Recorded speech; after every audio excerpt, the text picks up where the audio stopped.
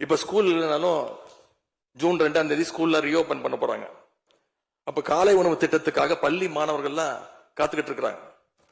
இப்படி பல்வேறு திட்டங்கள் இருக்கு. நான் முதல்வன் திட்டம், தாய் மாணவர், அன்பு கரங்கள்னு பல்வேறு திட்டங்களுடைய பயனாளிகள்லாம் ஆவலோடு காத்துக்கிட்டு இருக்காங்க. இந்த அரசு என்ன செய்ய போகுதுன்னு காத்துக்கிட்டு இருக்காங்க.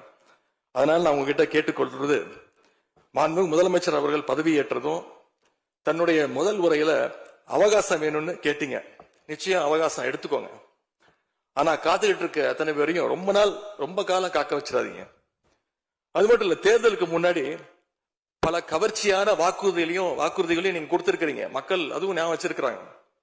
மகளிருக்கு மாசம் 2500 ரூபாய், ஆண்டுக்கு 6 சிலிண்டர், தங்க செயின், மோதிரம், பட்டுப்புடவை, வேலையில்லா இளைஞர்களுக்கு உதவித்தொகைன்னு அந்த லிஸ்டும் நீண்டுட்டே இருக்கு. பெரிய லிஸ்ட் தான். அதுல ஒரு சில வாக்குறுதிகளாவது முதல் கையெழுத்துல நீங்க நிறைவேற்றுவீங்கன்னு மக்கள் எதிர்பார்த்தாங்க. நீங்க வாக்குறுதிகளை சொல்லும் போது நடைமுறைக்கு சாத்தியமானதை மட்டும்தான் சொல்றேன்னு எல்லா கூட்டத்திலையும் திரும்ப திரும்ப சொல்லியிருக்கிறீங்க. எனவே அதை விரைந்து செஞ்சு காட்டுங்க. இந்த நேரத்தில் எங்க திராவிட மாடல் ஆட்சியை பத்தி நான் ஒன்னே ஒன்று மட்டும் குறிப்பிட விரும்புறேன். நாங்க ஆட்சிக்கு வரும்போது 2021 கடுமையான கோவிட் பெருந்தொற்று காலம், செகண்ட் வேவ். அப்ப மாநிலத்துடைய பொருளாதார வளர்ச்சி எவ்வளவு தெரியுமா? வெறும் 0.7%. அந்த நிலையிலையும் எங்க தலைவர், எங்க முதலமைச்சர் அப்போ முதல் கையெழுத்திலேயே மகளிருக்கு விடியல் பயண திட்டத்தை கொடுத்தார். முதல் நாளே எல்லா குடும்பங்களுக்கும் 4000 ரூபாய் லாக்டவுன் உதவித்தொகையை எங்க முதலமைச்சர் கொடுத்தார்.